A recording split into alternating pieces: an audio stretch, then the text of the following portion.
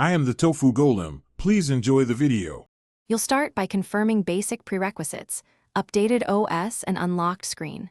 Once ready, long press the home or lock screen to enter edit mode. Tap the Smart Stack widget you want to change. Make sure it highlights and shows an edit option. This gets you into the widget controls quickly. From here, you'll be able to add a Photos widget or swap in images. Don't stop in the system settings. Proceed directly to the widget edit actions. You now add the Photos element. Tap Edit Stack, then the plus sign to add a widget. Choose the Photos widget and pick the size that matches your Smart Stack area.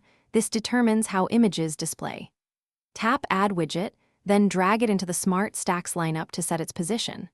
Once placed, make sure the Photos widget is configured to show recents or a specific album. This controls which pictures will rotate inside the stack as it cycles. Finish by tapping Done to save changes, then swipe through your home screen to confirm the Smart Stack rotates and displays photos. If images don't appear, make sure the Photos widget permission and album selection are correct. Changing to recents often resolves missing images. If it still fails, remove and re-add the Photos widget or restart your device to clear temporary glitches.